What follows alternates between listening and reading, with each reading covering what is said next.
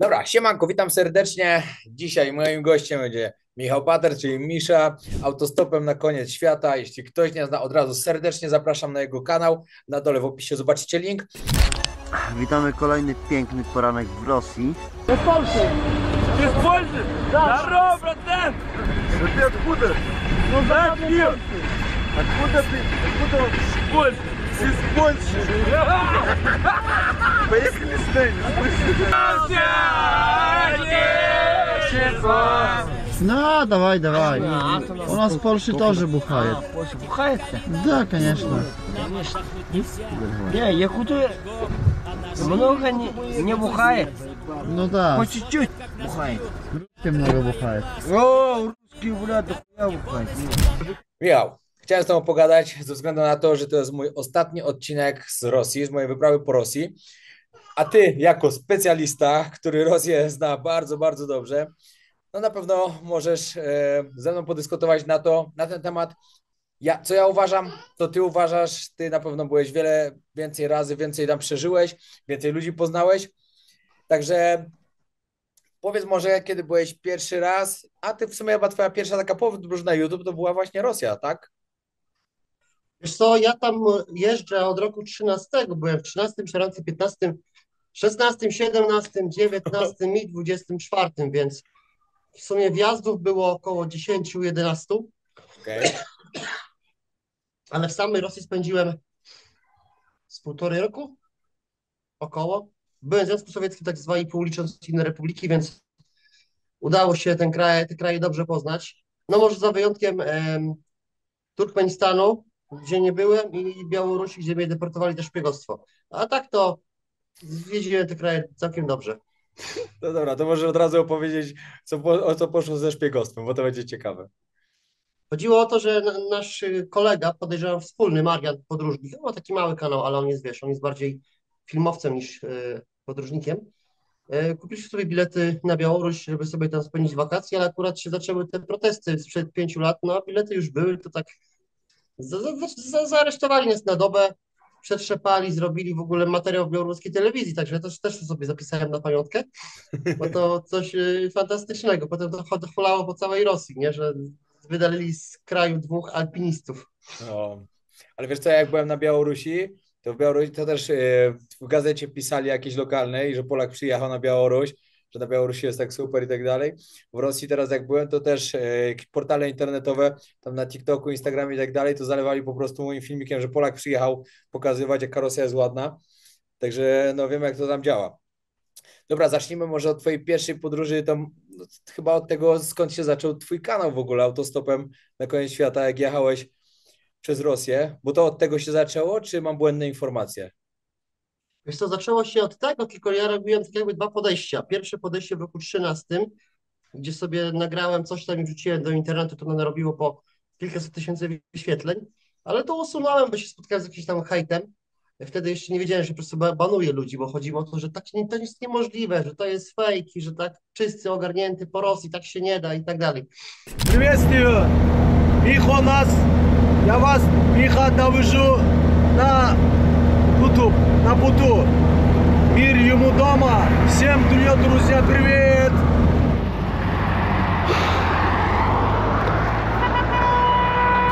No co by nie mówić, idzie to łapanie stopa, naprawdę, nadspodziewanie idzie. No, drugi raz robiłem podejście już w roku 14, publikowałem to na początku 15, to wtedy też właśnie faza wyskoczył równolegle praktycznie, no może z minimalnym poślizgiem. No i wtedy już wiedziałem, że tu nie ma się co cackać, tylko trzeba po prostu robić porządki czasami u siebie w social mediach. Tym bardziej, że dzisiaj YouTube wprowadza odpowiedzialność. Ty odpowiadasz za swoich widzów i za ich komentarze, nie? Tak, dokładnie. Czyli tak naprawdę ty byłeś pierwszy, Faza dopiero później zaczął publikować, tak? No tak. Tak, no właśnie, bo wiele osób właśnie też błędnie myśli, że właśnie tak Faza zaczął podróże, ale właśnie ja to właśnie wielu osobom powtarzałem, że wy to w tym samym czasie mniej więcej, ale że prawdopodobnie nawet ty byłeś wcześniej, czyli to fajnie, fajnie, bo mi potwierdziłeś to, że ty byłeś wcześniej.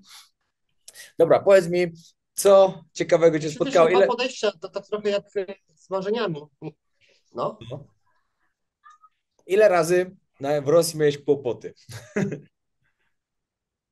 bardzo dużo, ale to były kłopoty, pytanie natury politycznej, natury szpiegowskiej, natury bezpieczeństwa.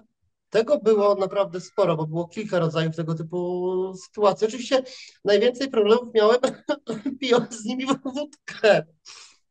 Do tego chciałem przejść zaraz właśnie. Skąd te kłopoty się Dobrze. wzięły, no. Bo mnie na przykład ludzie Natury pytali, politycznej to są te bieżące kłopoty, tak? Czyli związane z tym, że trwa konflikt na Ukrainie, którego oni konfliktem nie nazywają. mhm, Czasami się zdarzało, że powiedziałem kilka słów za dużo.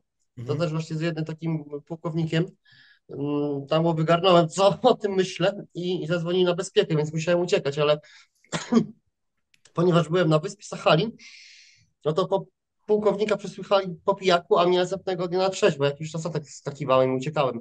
To tak natury politycznej, natury historycznej, no to cały czas z Rosjanami się to regularnie pojawiało, bo też chodzi o to, że oni myślą bardzo często, że Polacy mówią po rosyjsku, mhm.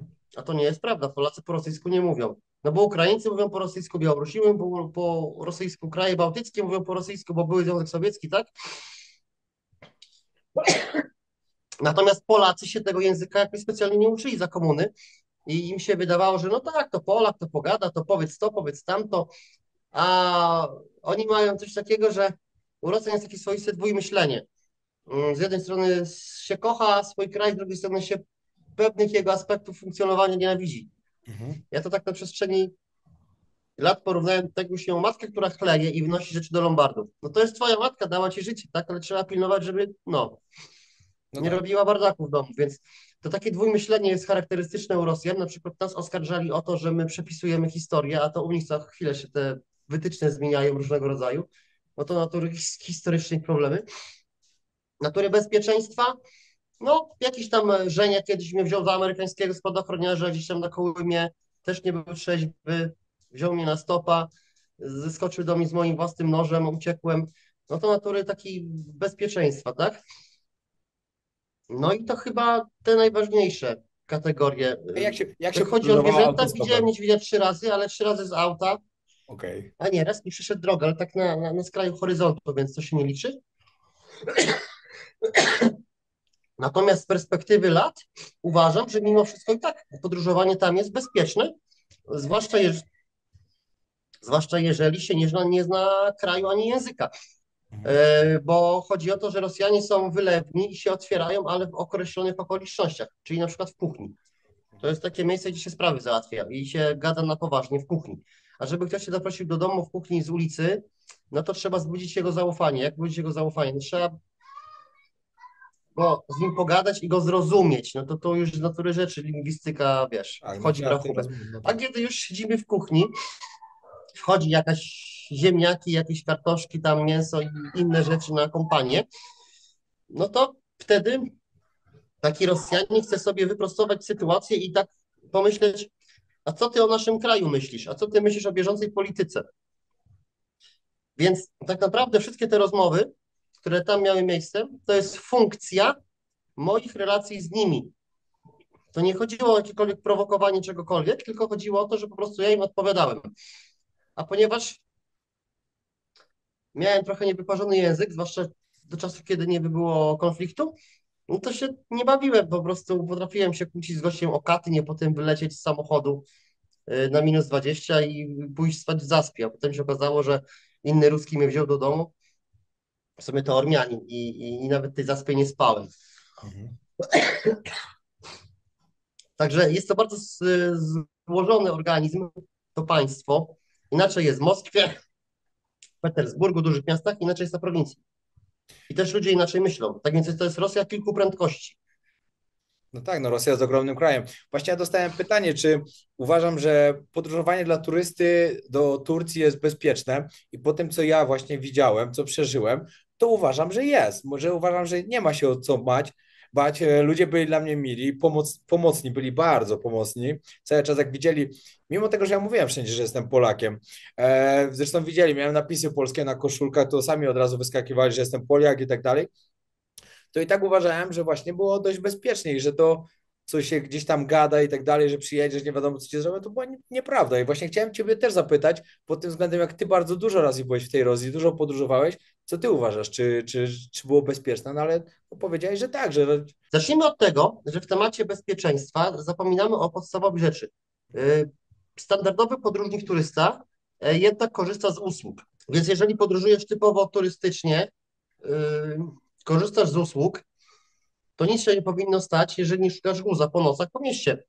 W większości krajów, w Rosji również, ludzie, którzy korzystają z usług, po prostu dają komuś robotę i człowiek wykonujący swoją robotę jest po prostu z natury rzeczy miły, bo taka jest jego robota, puścić cię do pociągu, do hotelu.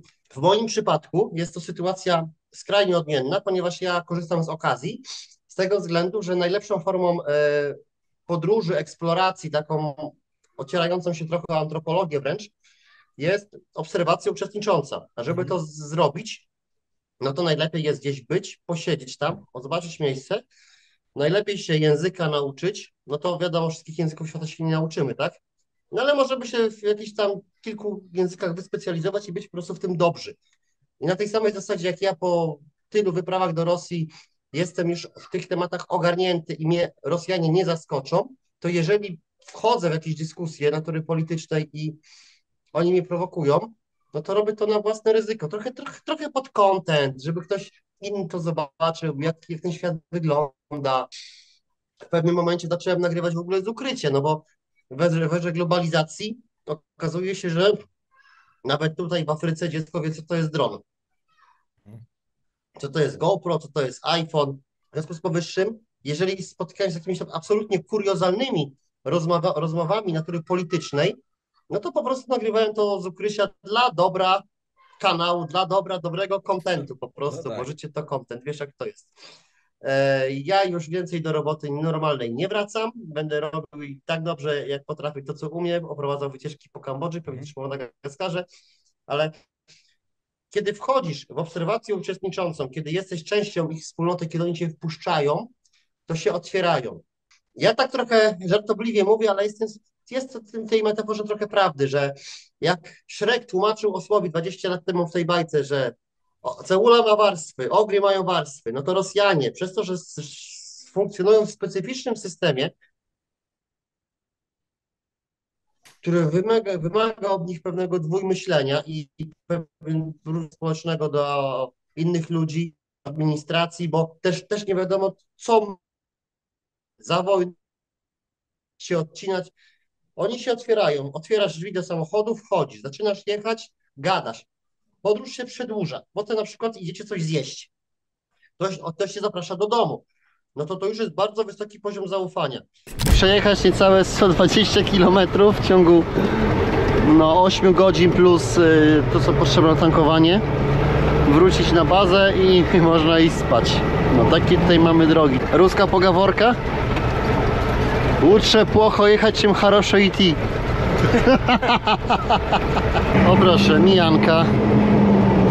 No ciekawie gdzie, ale rzeczywiście trasa jest jest dzika. Tyle dobrego, że tutaj cały czas po drodze są te ekipy remontowe, także jakiś człowiek się zawsze trafi, no ale rzeczywiście. I wchodzą te kolejne warstwy i nigdy do końca nie wiesz, co jest za kolejną warstwą. Z tego względu, że ludzie się tak naprawdę w Rosji odkrywają dopiero w tej przysłowiowej kuchni.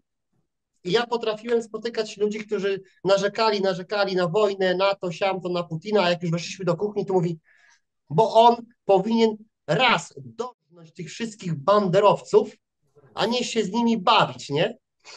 No, czyli jednak już No, inna narracja. rozumiesz.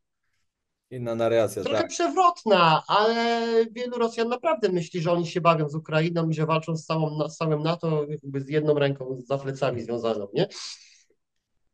Więc tak to wygląda. No i na przykład teraz, widzisz, podróżując przez Madagaskar, mam kumpla, którego poznałem grubo ponad rok temu i mu zaproponowałem, że skoro on ma wolne, no to zróbmy wyprawę, pojeździmy we dwóch. Kumpel zna malgaski płynnie, mieszka tu już 5 lat, jeździ tu 15 lat. No i ja się, wiesz, uczę tego kraju szybciej, tak? Języka też się uczy wtedy szybciej, kultury szybciej, więc obserwacja uczestnicząca to jest tak jakby marzenie każdego takiego podróżnika, historyka z moim wykształceniem, gdzie próbujesz rozebrać na czynniki pierwsze, co z czego wynika, dlaczego ludzie tak gotują, dlaczego w ten sposób są zbudowane domy, dlaczego mają jakieś konkretne problemy, tak, natury ekonomicznej i tak dalej, czyli wiesz, tu się już się kłania cała historia Związku Sowieckiego, którą trzeba znać, żeby zrozumieć, dlaczego na przykład na Kołymie jest tyle opustoszonych miejscowości, dlaczego oni w ten sposób eksploatują swój kraj, trochę bezmyślny, no bo też często nie przetwarzając, do czego pozwalają Chińczykom być było praktycznie do połowy XIX wieku i tak dalej, i tak dalej. Więc to jest to clue, to sedno, czyli rozebranie tej cebuli, zrozumienie od podstaw, jak funkcjonuje społeczeństwo i opowiedzenie o tym. Dobra, a spotkałeś się kiedyś z jakimiś przykrymi sytuacjami, jak powiedziałeś, że jesteś z Polski? Tak, nawet miałem taką sytuację, że wsiadam, mówię, że z Polski. Z Polski? Wy jesteście najgorsi, tacy czy ołowacy. To rzeczywiście. Ale ja na początku nigdy nie mówiłem, że jestem z Polski, bo jak już wsiadłem, to już kawałek podjechałem, tylko że mówimy to oczywiście o ubiegłym roku, o roku 24, kiedy ludzie rzeczywiście są pod przemożnym wpływem swojej bańki medialnej. My mamy swoją jakąś tam bańkę medialną różną, tak na Zachodzie mają swoją. No i w tym momencie przychodzi ktoś, kto jest przedstawicielem wrogiego państwa, my walczymy z całym NATO, a tu ze mną jakiś gość z NATO jedzie, tak? No to jest szansa 1 na milion, wygrana kwotka na takie spotkanie, a ja się akurat wkurzam, bo jest inflacja, bo ledwo pieniędzy starcza na wszystko, to trzeba go zapytać, dlaczego wy tak robicie, dlaczego my znowu musimy to cały świat cierpieć. A wiesz co? Ja miałem sytuację tylko taką, że jak byliśmy w Czeczenii, akurat taksówkarz, nas taki starszy pan podwoził akurat i my mówimy, że my z Polski jesteśmy. On mówi, o, no to wy to z Rosją to się nie lubicie, my to mamy konflikt między nami i tak dalej, i tak dalej. I tak wiesz, tłumaczy, ale zaraz tak zaczął, w ogóle zmienił całkowicie narrację. Mówi, no szkoda, że nie mówię po angielsku, bo wtedy ja bym wam pokazał tą Czeczenię, bo wam pokazał, że tu jest fajnie, byśmy porozmawiali bardziej.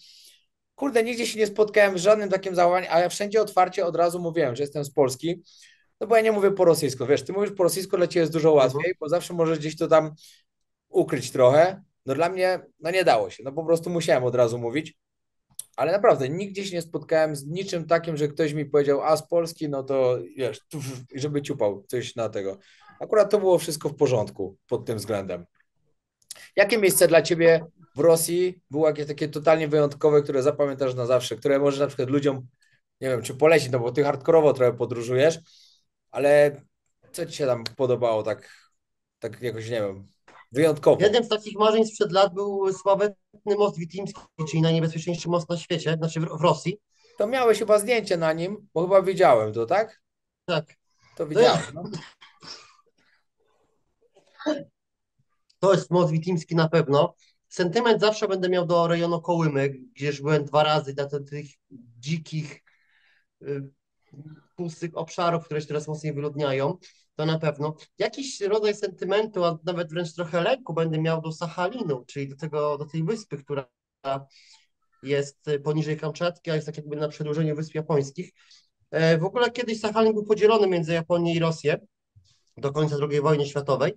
Tam była taka kolonia, potem prowincja Karafuto. I fantastyczne jest to, że obserwuję z jednej strony piękny krajobraz, góry połączone z morzem, a z drugiej strony, jako człowiek z moim wykształceniem, patrzysz na pewne zjawiska, w jaki sposób kształtował się rozwój tej wyspy, tego regionu świata i odległej obok Japonii. Jak to, że cywilizacja japońska, cywilizacja rosyjska są zupełnie inne cywilizacje i jak to na przestrzeni dziejów kształtowało sposób, w jaki ludzie żyją.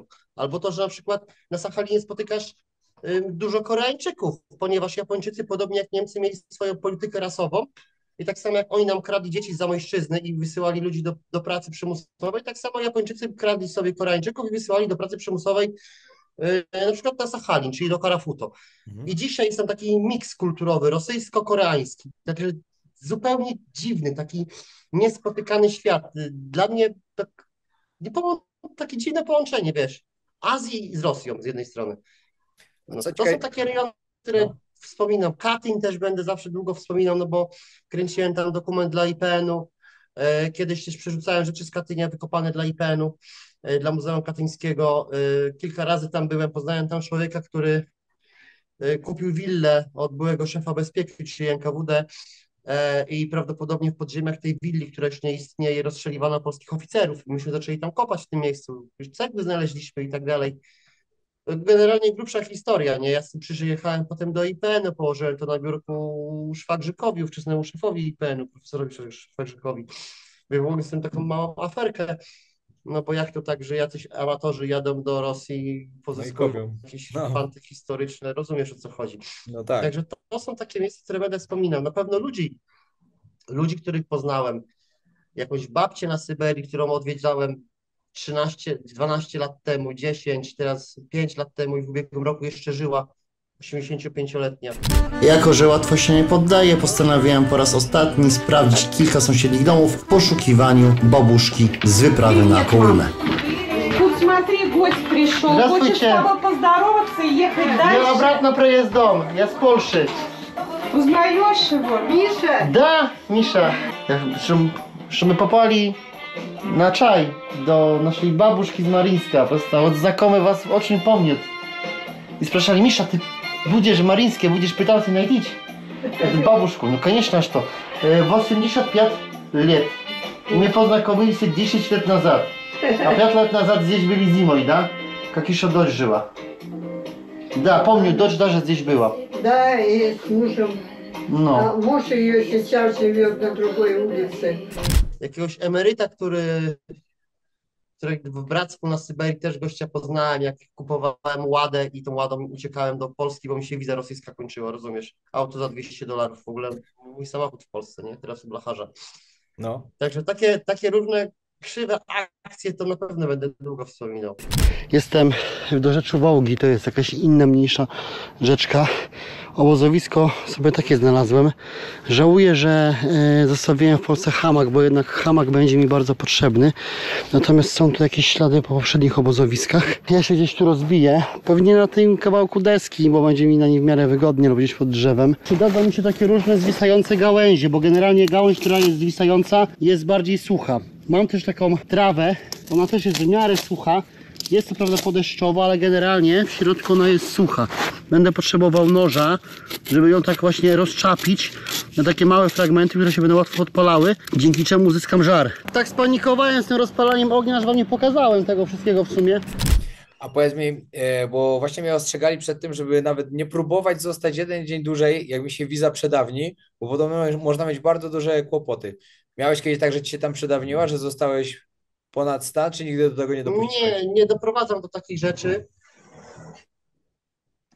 Wiesz co, nie doprowadzam do takich rzeczy, bo skutki tak zwanego overstay są różne w zależności od kraju. Natomiast podejrzewam, że areszty deportacyjne w Rosji to raczej nic przyjemnego, bo generalnie ich system karny to jest straszne szmacenie człowieka, nie? I ja tak na przykład sobie zdałem sprawę z tego, bo jeden z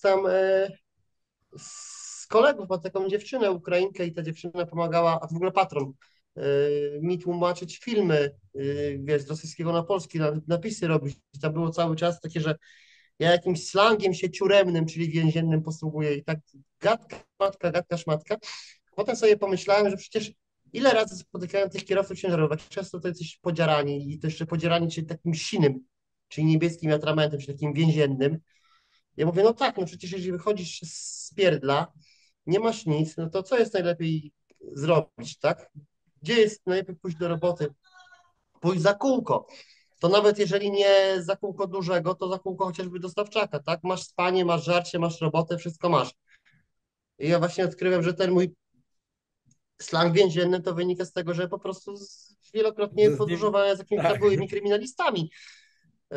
No, tym bardziej, że ten niebieski, charakterystyczny atrament jest typowym takim atramentem, wiesz, więziennym. A miałeś sytuację, że jak cię aresztowali, bałeś się, że cię zamkną do więzienia? Wiesz co, to nie jest takie proste. W Rosji możesz posiedzieć się chyba 48 godzin, a maksymalnie 70, nie pamiętam ile dokładnie, ale Tak, potem cię muszą wypuścić. No, dokładnie, więc to nie ma się co bać. No, oni też jakiś system mają. No. To nie jest tak, że to jest państwo bezprawia. No tam jest prawo, tylko to prawo u nas jest tak, że teoretycznie w cywilizacji zachodniej, że prawo stoi przed siłą. No jeżeli dzieje się inaczej, to powstają autorytaryzmy i tak dalej. Natomiast na wschodzie siła jest przed prawem, czyli no prawo swoją drogą, ale jest takie, wiesz, pojęcie w języku rosyjskim jak padzwonoczność, czyli dzwonisz gdzieś i coś załatwiasz. No i ta padzwonoczność w systemie rosyjskim funkcjonuje praktycznie na każdym jego szczeblu.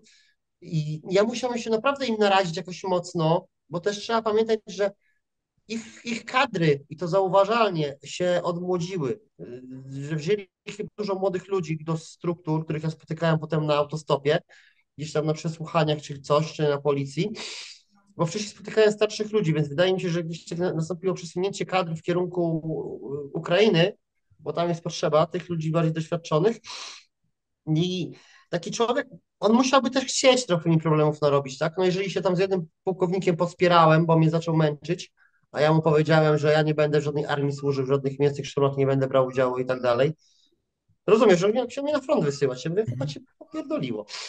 No i finalnie zadzwonił na bezpiekę, no a ja potem mówię temu młodemu chłopakowi, który tam miał około 30, mówię, stary, no dziadek mnie męczył, no telewizor 65 cali, cały czas jakieś filmy wojenne, jakieś tam informacje, co się dzieje na SWO.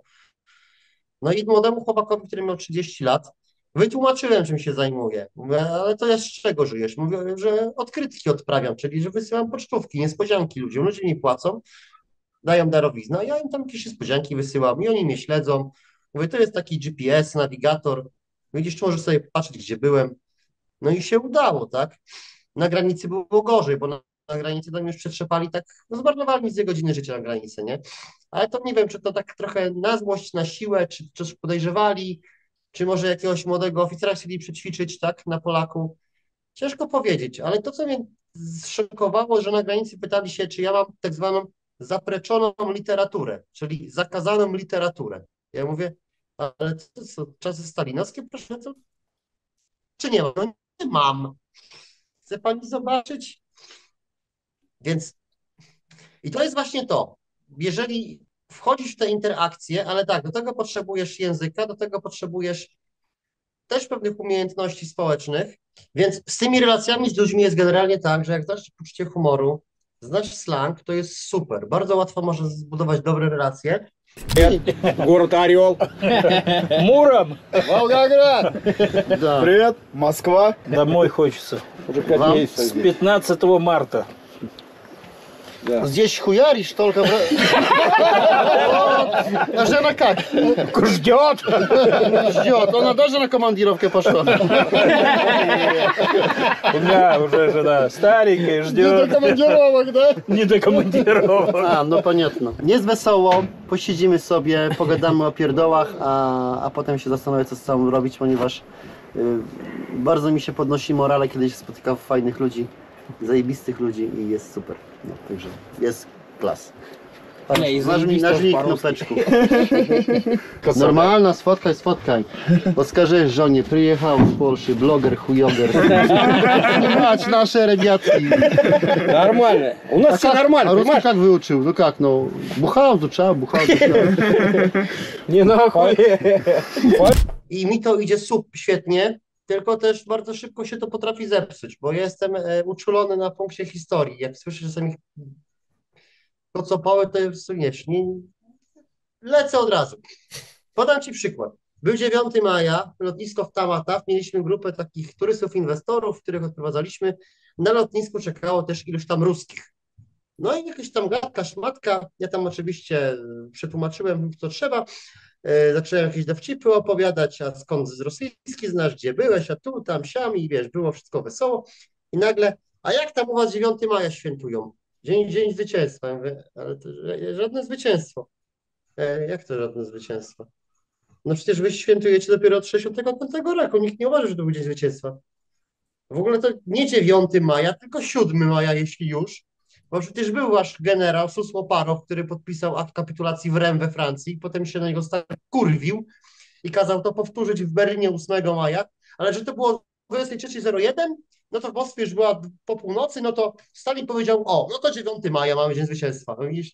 I tak się u was czas liczy, tak? Taka ta u was historia pokrętna, nie? I już straciłem, nie?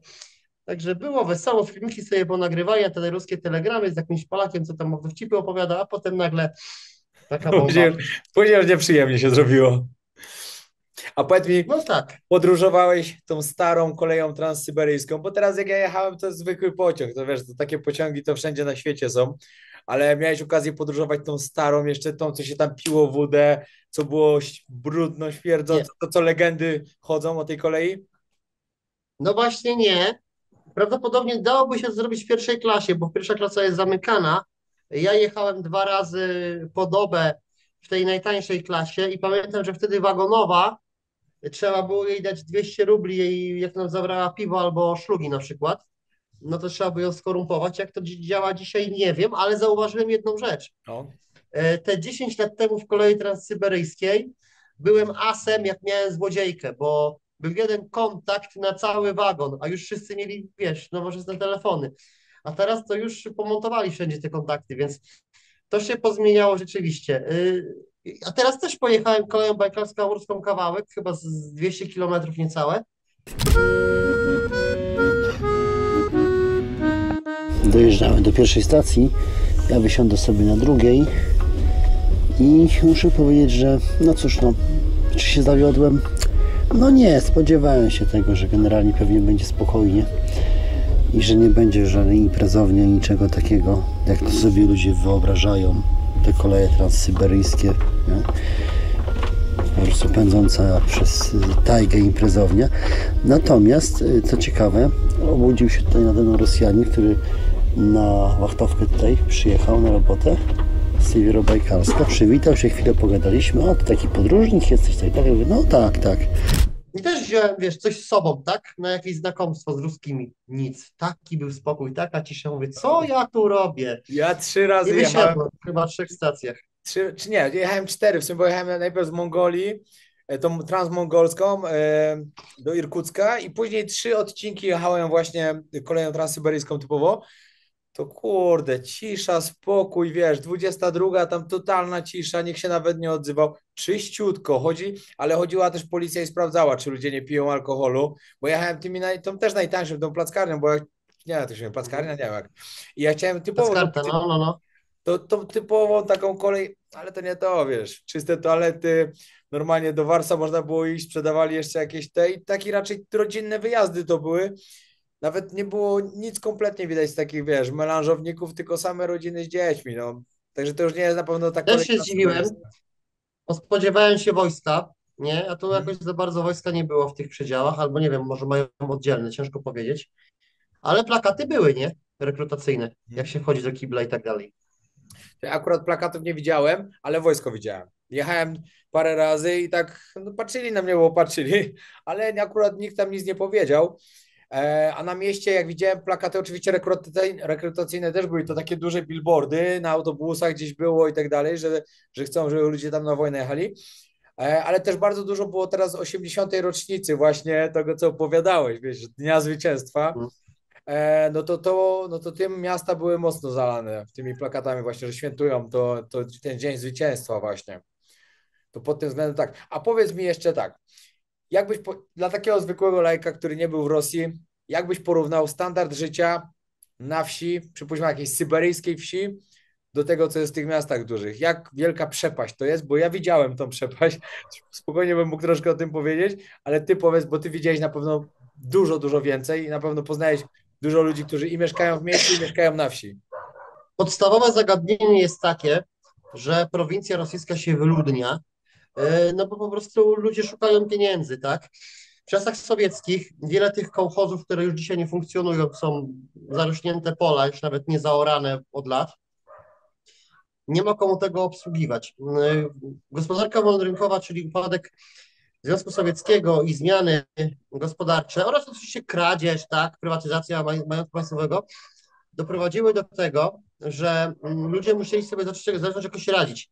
Na prowincji dominują generalnie ludzie starsi, zwłaszcza kobiety, no bo Ochotnicy tam generalnie mają raz krótsze życie, bo trudne warunki, też piją, palą i tak dalej, a dwa tam na prowincji też widać dużo kobiet, mało facetów, zwłaszcza młodych, ponieważ bardzo popularna jest tak zwana wachta. Wachta to jest wyjazd na dłuższy czas, typu na 3 miesiące, pół roku na jakąś robotę i potem taki człowiek ma tam zapewnione wszystko, czyli spanie, jedzenie, pracę, ale nie ma go w rodzinnej wiosce ileś tam miesięcy w roku i to jest dość podstawowy, dość powszechny rodzaj pracy w Rosji. Inną charakterystyczną rzeczą jest to, że prowincja się również wyludnia, ponieważ Federacja Rosyjska skraca logistykę. Z tego względu, że eksperymenty gospodarcze pod tytułem Związek Sowiecki, budowa wielkich kopalń na Kołymie, budowa miast i eksploatacji różnych zasobów, to mogło działać w warunkach gospodarki komunistycznej i przymusu, ale kiedy to przestało funkcjonować w ramach przymusu, to się po prostu rozpierzchło. Skraca się też logistyka w rozumieniu poczty, szkoły, szpitale, bo Rosja obok tego, że straciła wiele republik i ludności po upadku Związku Sowieckiego, to jest tam kryzys demograficzny. Oczywiście my też mamy kryzys demograficzny, do tego nie ma żadnych wątpliwości, tylko że oni mają ogromne przestrzenie, tak? U nas jest 300 tysięcy kilometrów, u nich jest 17 milionów kilometrów, a ludzi jest raptem 3,5 razy więcej, chyba coś koło tego. Wiesz co, więcej. Ja ostatnio czytałem, że 175 milionów chyba jest teraz Rosjan ogólnie. Chyba, że ogólnie na całym świecie, a nie tylko w Rosji. Nie wiem, może się mylę, ale że to w sumie... Najczęściej powtarzana liczba to jest 143 miliony i to jeszcze liczba sprzed wojny, czyli sprzed ludzi, którzy poszli na front, którzy ewakuowali się z Rosji. Tych ewakuowanych szacuje się również na około 600-700 tysięcy. No ja staram się w miarę śledzić takie rzeczy wokół tego, co się dzieje na wschodzie, bo się tym po prostu interesuję. Jeszcze kiedyś wrócę na pewno na wschód za parę lat, ale spokojnie, powolutku. Wiesz co, pomyliło mi się, bo ja widziałem taką mapkę w porównaniu Rosję do Bangladeszu. W Bangladeszu było 170 milionów, a w Rosji faktycznie 140 parę. Racja, to teraz przypomniałem sobie mój błąd. No ale powiedz mi jeszcze na co do tego właśnie przekroju, jak potężna jest ta różnica? Aha, jeszcze jedno ci tam to powiem, bo ja jeszcze teraz słyszałem, że na wioskach też się wyludnia właśnie przez to, że po prostu przyjeżdżają ciężarówki, pakują chłopów też, no i wywożą na front. Ty wiesz coś też o tym, że tak to działa, czy nie? Cicha mobilizacja na pewno istnieje, tylko że o tym się nie mówi. Wiesz, pod cichą mobilizację chociażby podpadasz a z automatu do rejestru, jeżeli jesteś kierowcą ciężarówki. No bo jeżeli umiesz prowadzić dużego, no to czołg też poprowadzisz, tak? Transporter, zaopatrzenie i tak dalej. To wiesz, wydawałoby się takie nie do końca oczywiste, ale pewnego rodzaju zawody z automatu są już rejestrowane pod potencjalne, wiesz, mobilizowanie ludzi. My nie wiemy, ile tak naprawdę tych ludzi idzie na wojnę.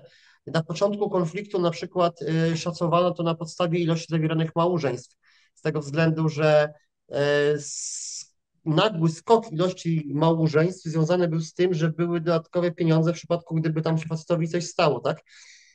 Żeby to nie poszło gdzieś tam w pizdu. Więc te ilość skutków ekonomicznych, które można śledzić i które są też teraz z roku na rok, miesiąca na miesiąc, nawet momentami są coraz mniejsze, tak? Są ludzie i kanały, które się tym zajmują w sposób profesjonalny. Ja tu raczej tak mówię bardziej, wiesz, no tak, to jasne. I historycznie, i tak jakby organoleptycznie, bo tego doświadczyłem. I ta przepaść między prowincją i miastem generalnie się będzie powiększać, bo państwo nie dostarcza podstawowych usług na te prowincje, tak? Jesteś na terenach, nie wiem, ropo-gazonośnych, a nie masz w domu gazu, tak? Ewentualnie pojedziesz sobie kupić butlę albo palisz sobie w piecyku. Daleko jest do szpitala, do szkoły. To też obserwowałem na Kołymie te potężne, opustoszałe miasta, gdzie dzisiaj zostało po kilku dziadków żyjących w wiosce i po prostu jeden potężny urbex, tak? Także Kołyma to jest dla fanów urbexu coś niesamowitego. Oni tam mieli taką jedną miejscowość na granicy chyba Jakucji i Kołymy, ale chyba jednak była Jakucja. Tak zmroziło,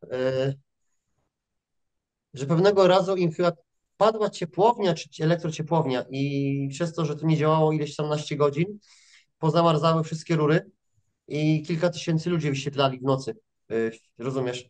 I jest taka mała miejscowość, ja mam zaznaczone na mapie, gdzie po prostu możesz wejść i masz domy porzucone od tak, w środku zimy, bo no bo nie była elektrownia, nie była rura, naprawa tego wszystkiego w każdym domu, każda rurka, to już ludzi po prostu wysiedlono. Dobra, to powiedzmy jeszcze ludziom, żeby wiedzieli, że Jakucja to jest teren Rosji, który jest najzimniejszy w całej Rosji, tak? Tam temperatury do minus 70 stopni dochodziły, to tak? To o ten teren ci chodzi? Tak, tak, to jest granica północno-wschodnia Jakucja, to jest rejon Ojmiakonu, Ojmiakoński rejon, tam jest chyba minus 71, minus 72 odnotowane. A co ciekawe, w czasach stalinowskich pracę wstrzymywano dopiero przy minus 50 chyba 4 Ja tak słyszałem, że do szkoły dzieci chodzą jeszcze jak jest minus 50, to jeszcze do szkoły mają iść. Że tak to działa. Przeżyłeś tam taką ostrą zimę? Przeżyłeś ostrą zimę tam? Nie, ja przeżyłem końcówkę zimy w Kazachstanie i na południu Syberii do minus 35 ze spaniem na ulicy, więc aż tak źle nie było. Nie było. Ale wiem, że jest śpiwór za 5000 zł, który jest w stanie przytrzymać takie zimy w Jakuckie. Okej, no ale to mało. Jest taki śpiwór. Ja. Czyli da się to zrobić. To da się, no. Ja ogólnie powiem ci szczerze, że kolejną wyprawę Tylko wiesz, największy problem wbrew pozorom w takich podróżach zimowych jest długość dnia. Strasznie frustrująca jest długość dnia. Tak naprawdę to długość nocy, tak? No bo długość nocy, tak, no. A im dalej się poruszasz na północ, w kierunku bieguna północnego, tym te noce są dłuższe, tak? No tak. Ja właśnie chcę pojechać kolejny raz przez zimę, bo chciałbym zobaczyć zimę właśnie i na Syberii i w innych regionach. Chciałbym zobaczyć, jak to właśnie wygląda, bo to jest na pewno inna Rosja. Zdecydowanie. Mam dla ciebie dobrą wiadomość. No. Bo możesz albo samolotem, to jest do wykonania, do Jakucka, ale powstało połączenie chyba z miejscowości bodajże Skoworodino to się zaczyna. W Amurskiej Oblaści, jak masz kolej transsyberyjską idącą wzdłuż chińskiej granicy, to kolej transsyberyjska jest, tam są tak zwane dwie płcie, czyli dwa tory, ale już zbudowano jeden tor na północ na ropę. Tam jest pociąg na bodajże tak spalinowy, dieslowski. No i możesz dotrzeć do Niżnego Bestiachu, czyli vis-a-vis Jakucka, a potem się przejść 10 km po zamarzniętej rzece Lena. O, to jest ciekawe. Ja jeszcze bardzo bym chciał się po Bajkale zamarzniętym przejść. To też jest podobno fajne.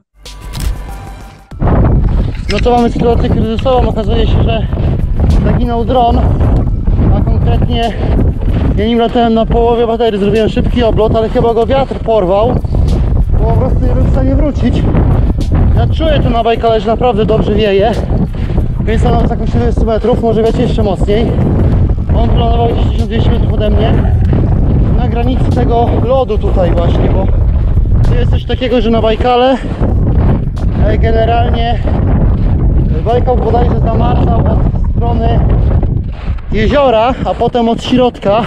I kolega tam kiedyś samochodem jechał zimą i na środku Bajkału jakiś chatkę sobie zbudował i tam do chatki trafił na imprezę. Ale niesamowite, no. A powiedz mi, miałeś kiedykolwiek problemy, nie wiem, albo z wizą, albo w ogóle jakieś nieprzyjemności przez to, że nagrywasz filmy o Rosji? Wiesz co, na początku, 10 lat temu miałem taką, działałem z takim biurem wizowym, mi pomagało robić wizy, bo chodzi o to, że jak się robi te wizy biznesowe na dłuższy wjazd, to potrzebujesz mieć jakby zaproszenie, to się nazywa poparcie wizowe i dobre poparcie wizowe, zaproszenie z jakiejś takiej, wiesz, fajnej firmy, to szybciej ci idzie wiza, nie, cały ten proces. I ja wiem, że się na mnie jakiś konsul czy ambasador obraził z Warszawy i pamiętam, że szedłem po wizę, robić wizę kolejną, tą biznesową na długi okres czasu.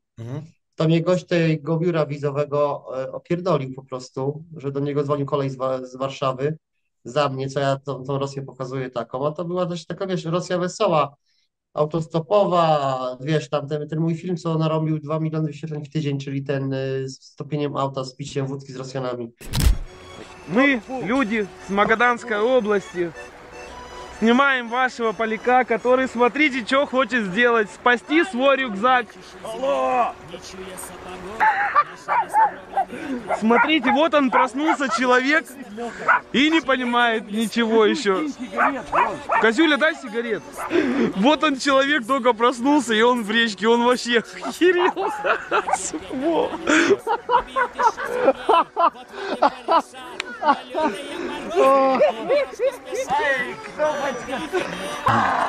Вот наши колымские ребята сейчас упадут.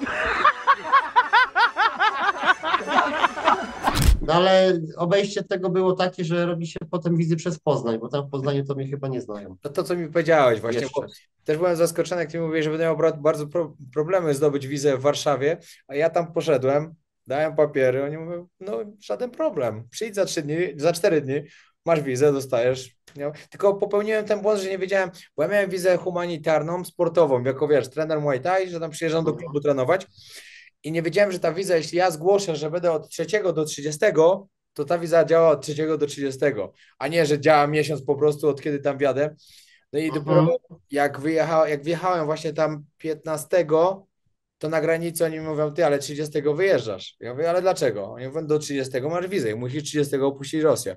No i troszkę mi plan się, ale delikatnie mi się tylko nie zgadzał, bo tak bym potrzebował z 5 więcej dni, żeby zrealizować to, co chciałem zobaczyć wszystko, ale i tak całkiem spoko było. No na pewno będę chciał tam jeszcze wrócić, ale też się zastanawiam nad tym, czy przez to, że jak robiłem filmy, czy nie będzie żadnego problemu, ale ja raczej robiłem takie bardzo neutralne, raczej takie dla turystów. Nie, myślę, te filmy, że wiesz, takie bardzo neutralne. że Russia Today mogłaby to wziąć i by się ucieszyli, że taki chłopak pokazuje, że jesteśmy ładnym krajem i w ogóle, a nie się kłóci z ruskimi i tak dalej.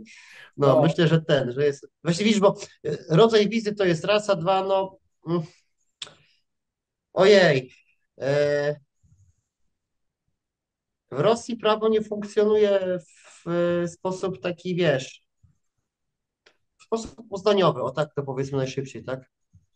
W Rosji dalej to funkcjonuje, uznaniowość. To też bierze się z tego, że jak kiedyś przyjechała tam chyba delegacja czeska czy nie, czy francuska i się pytali, jaka jest stratygrafia, to car mówi, u mnie w Sieraby, czyli u mnie wszyscy są niewolnikami. I wyobraź sobie, że Piotr I Wielki wprowadził taką tabelę rang, tabelę czynów, 14 różnych stopni, nie? No i to funkcjonowało aż do Lenina i do rewolucji bolszewickiej. Ale prawda jest taka, że w Rosji cały czas ta stratygrafia jest taka, jaka jest. Czyli jeżeli na przykład ty jesteś jakimś tam, nie wiem, policjantem, no to nie jesteś po prostu człowiekiem, ale wykonujesz zawód policjanta, tylko jesteś człowiekiem i policjantem, że to, wiesz, ilość tych legitymacji, jak oni noszą, pokazują, gdzieś tam chcą mnie wylegitymować, ale wcześniej on sam pokazuje swoje, patrz, ja mam to i to. Tak. Między innymi jeden z patronów mi bardzo pomógł, no już nawet mi trochę dupę uratował, bo jak mam te kwity na drona z Urzędu Lotnictwa Cywilnego robione masę lat temu, już nawet nie pamiętam, jakie tam są zadania, przepisy, już nieważne, nie? Ale wydrukował mi to na takim plastyczku, jak dowód osobisty. I ten chłopak z Patronite'a, który mi to wydrukował na takim plastyczku, bardzo mi pomógł, bo dla ruskiego na granicy to wyglądało, jakby mi to państwo wydało, rozumiesz? No tak, dobry patent, bardzo dobry. Ja QR tylko nie kod, wziąłem wchodzisz na żona. stronę, tam są jakieś informacje. No. Fajnie, a ile razy słyszałeś, że jesteś agentem rosyjskim i że cię opłacają? Ale szpiegiem NATO czy agentem rosyjskim? Znaczy, nie, że ze strony Polaków. Ile razy słyszałeś, że na pewno cię opłacają? Bardzo wiele. Rosję. Ostatni raz jakiegoś takiemu baraniemu było chyba wczoraj.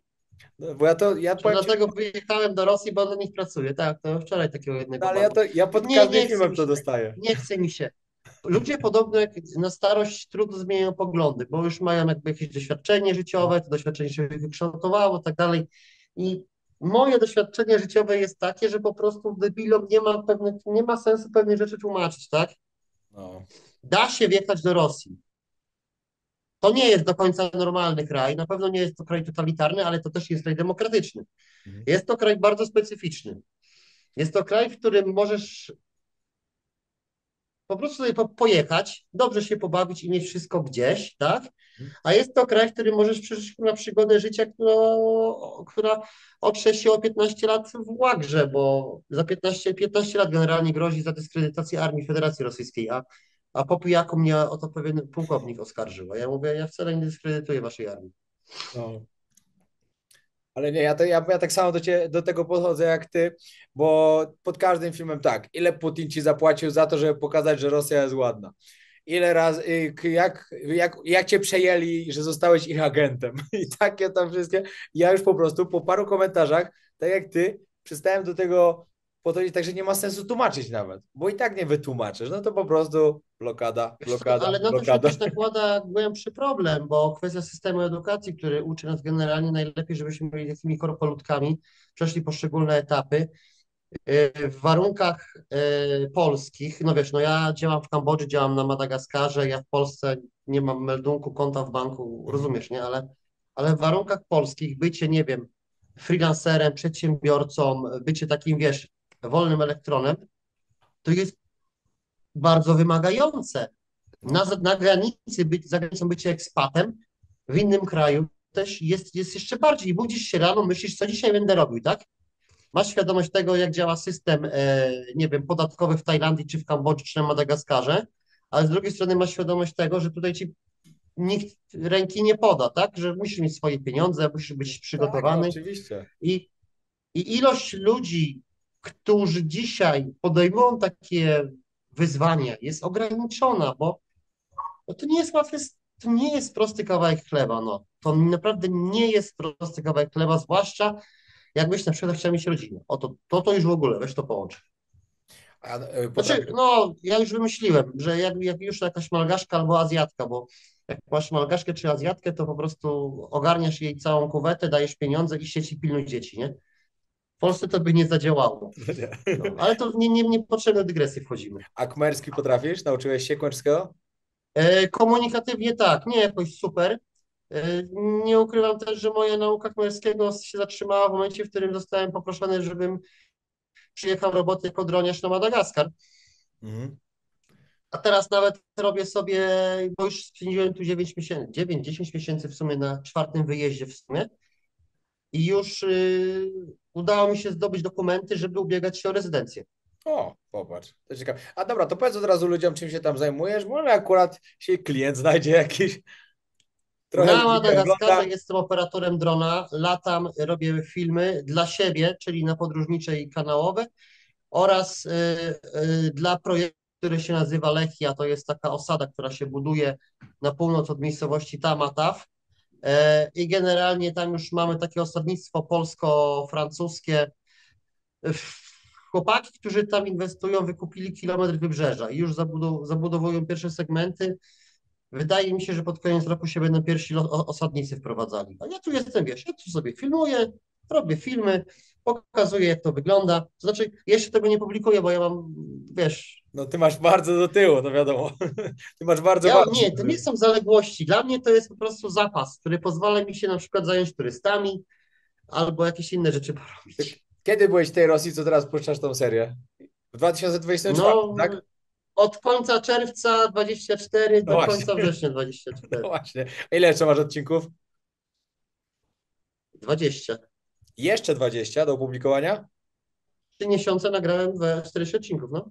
O, to ładnie, to jeszcze masz, to jeszcze możesz sobie tam siedzieć i długo i załatwiać Z Madagaskaru mam już nagrane 40 na zapas. A, to tak, no. Tak, ale wiesz, Piotr, o to chodzi. Możesz sobie wziąć turystów, dodatkowe pieniądze zarobić. Możesz się języka pouczyć albo innych rzeczy. A do Kambodży kiedy wracasz? Trochę inna polityka. Co? Kiedy do Kambodży wracasz? Na początku nowego roku. Dobra, a to powiedz ludziom, czym się zajmujesz w Kambodży? W Kambodży oprowadzam turystów i to są wycieczki głównie busem. Myślałem jeszcze nad wycieczkami motorowymi, bo kiedyś podróżowałem tak z cashem i to się ludziom bardzo podobało, ale na razie tego jeszcze nie wdrażam. I generalnie w porze suchej się tym zajmuję, teraz już na mniejszą skalę, ponieważ jest dużo roboty na Madagaskarze. Nie zacząłem nawet sezonu zapisów w tym roku, bo wiesz, jak to jest z budowami. Budowy się zawsze opóźniają. I to jak? Ja Tajlandii wiem, co się dzieje, a na takim Madagaskarze to już sobie w ogóle nie wyobrażam. Pewnie jest jeszcze gorzej niż w Tajlandii. Albo bardzo podobnie. Wiesz co, jest na miejscu na stałe polski inżynier cały czas, który tego No, pilnuje. no ale wiesz, ale może być. Ale i tak, wiesz, roboty on całej nie zrobi. Ale i tak, no fajnie, fajnie. Dobra, a nie myślałeś kiedykolwiek, żeby brać ludzi ze sobą do Rosji na wycieczki? Czy to jest za Wiesz duże co, już kiedyś przedsięwzięcie? myślałem, miałem taką koleżankę, z którą nawet nie wiem, no może by coś kiedyś wyszło. Myślałem nad tym, natomiast zaczął się konflikt, wcześniej się zaczął COVID i to już nie miało sensu, bo chodzi o to, że kiedy u mnie Patronite zaczęły normalnie działać, mogłem sobie już pozwolić na to, żeby nie być alpinistą, Mhm. nie rozwozić pizzy na rowerze po Wrocławiu, tylko zająć się podróżami i powoli to rozwijać, to miałem tylko rok na to. Minął rok i zaczął się COVID i cały świat się wywrócił do góry nogami. Ja pamiętam, jak to było. Ja wtedy zacząłem nagrywać, wróciłem z pierwszej podróży właśnie po Azji, też mi się coś tam zaczęło na kanale już dziać i nagle minął miesiąc, cyk, wszystko zamknięto. Ale ja tam akurat jakoś tam parę miesięcy posiedziałem w Tajlandii, później ruszyłem w podróż, starałem się jakoś tam mniej więcej podróżować. Dobra, podsumowując, powiedz mi tylko, Misza, tak, jeśli ktoś, bo ludzie o to mnie dużo pytali, co jest, jeśli ktoś by sobie chciał po prostu pojechać na podróż do Rosji, chciałby sobie popodróżować, czy uważasz jako specjalista, bo mogę powiedzieć, że jesteś specjalistą, bo byłeś tam wiele razy, że może spokojnie sobie jechać, podróżować, czy ma się czego obawiać? Nie, jest to absolutnie bezpieczne. O żadnych tam łapankach się nie martrzy. Takich rzeczy to są jakieś, nie wiem, pojedyncze przypadki, które potem są rozdmuchiwane w telewizji. Na pewno w Rosji trzeba mieć z sobą zawsze paszport. Zawsze. To jest pewne. To tak. A jak paszport, to i karta migracyjna, której z paszportu nie wyciągamy, tylko trzymamy aż do granicy, aż do wyjazdu. Trzeba mieć z sobą też albo dolary amerykańskie, albo euro, ponieważ nasze systemy płatności tam nie działają. Oczywiście. Można się bawić jakieś tam zakładanie kart MIR w bankach. Szkoda zachodu na to. Dolary, euro w zapasie, pochowane w różnych miejscach. Nie chwalimy się, nie wyciągamy pieniędzy przy ludziach, bo jednak społeczeństwo jest coraz biedniejsze w Rosji i nawet mnie ruscy tam znajomi opieprzali. Mówię, ty to nie wyciągaj, że masz tam, nie wiem, 2-3 tysiące rubli. A ile to jest? 200-300 złotych? Jest wystarczający powód, żeby dać ci w pierdol. Ja mówię, aha, dobra. Rozumiecie. Więc jest bezpiecznie. Jak nie znacie rosyjskiego, to nawet lepiej. Z tego względu, że ludzie nie gadają praktycznie po angielsku, a jak gadają, to tak jest jak trochę na autostopie, nie? Wyszukiwanie kogoś, kto gada po angielsku. Ale ci, którzy gadają po angielsku, są z reguły pomocni, bo dla nich angielski to jest też taka nobilitacja, bo sobie ten angielski szlifują.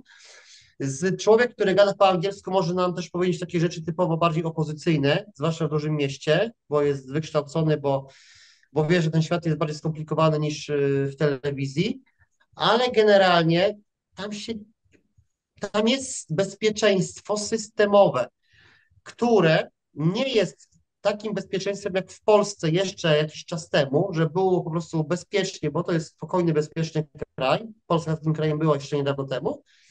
Bezpieczeństwo systemowe wymuszone przez służby, które stoją na ulicach, które patrolują, gdzie do każdego większego dworca masz bramkę i cię tam sprawdzają, prześwietlają. Ja tak właśnie kiedyś wlazłem na dworzec i spędziłem pół godziny na przesłuchaniu na policji i mi zaczęli szperać w plecaku, ale się jakoś wybroniłem. Także zacząłem omijać wszelkie takie dworce i takie miejsca publiczne gdzieś.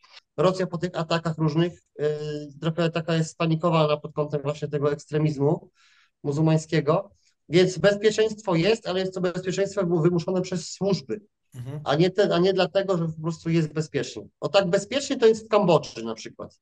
Tak. No najgorsze, co się może stać, to ci ktoś wyrwie coś w środku miasta w nocy albo w dzień, w telefon. No to jest najgorsze, co się może stać w Kambodży. A tak w ogóle to nic, bo Khmerzy są mali, są słabi, cięcy, więc generalnie jak nie chodzisz pijany po nocach z telefonem w ręku, to nic ci się nie stanie. No to nie jest takie bezpieczeństwo. To jest bezpieczeństwo, które gwarantuje system i służby, które są wszędzie. No ja dodam jeszcze od siebie, że jakby ktoś pytał o wizę, to wizę na 14 dni czy 15 można bez problemu dostać turystyczną. Nie ma z tym żadnego problemu, bo ludzie mnie pytali, czy jeżeli jestem Polakiem, to dostanę wizę. No ale czemu masz dostać? Czemu masz nie dostać? Przepraszam. Czemu masz nie dostać? Bo ludzie mi mówią, No bo my mamy też z nimi konflikt. A ja mówię, no ale jaki? W telewizji bardziej niż naprawdę, ale no przynajmniej wiesz, no ja troszkę inaczej też do tego podchodzę. Wiadomo, że jakby się zagłębić, no to pewnie tak, ale to nie ma co się zagłębiać. Dobra, to by było na tyle. Dziękuję Ci bardzo, że chciałeś popowiadać trochę o Rosji, bo to jest naprawdę bardzo ciekawe. Ludzi, wszystkich, którzy to oglądali, jesteście zainteresowani czymś więcej, zapraszam na kanał Michała, bo tam zobaczycie taką Rosję. U mnie zobaczycie turystyczną, a tam zobaczycie troszkę inną, taką naprawdę wyjątkową. Także zapraszam serdecznie. Przygoda dla dużych chłopców to jest taka Rosja. Tak, dokładnie. Dokładnie tak. No i co? Dzięki jeszcze raz. Mam nadzieję, że się w końcu zobaczymy, bo jakoś cały czas się mijamy gdzieś. Słuchaj, masz otwarte zaproszenie zawsze do Ratanakiri, Paradise do hotelu pod gospodarza, to ja Ci mogę przekazać. Dziękuję bardzo, dziękuję. No to pora sucha po nowym roku, panie. Ja w ogóle, wiesz, ja do końca roku teraz jestem w podróży, ale później na pewno będę w Tajlandii, w Kambodży też mi się wydaje, że na pewno będę, gdzieś się na pewno zobaczymy. Jak tam będziesz na miejscu, to Dobra. się gdzieś w końcu złapiemy. Dzięki wielkie, trzymaj się, pozdrawiam serdecznie, a Was wszystkich jeszcze raz zapraszam na social media do Michała. Pozdro, Misza.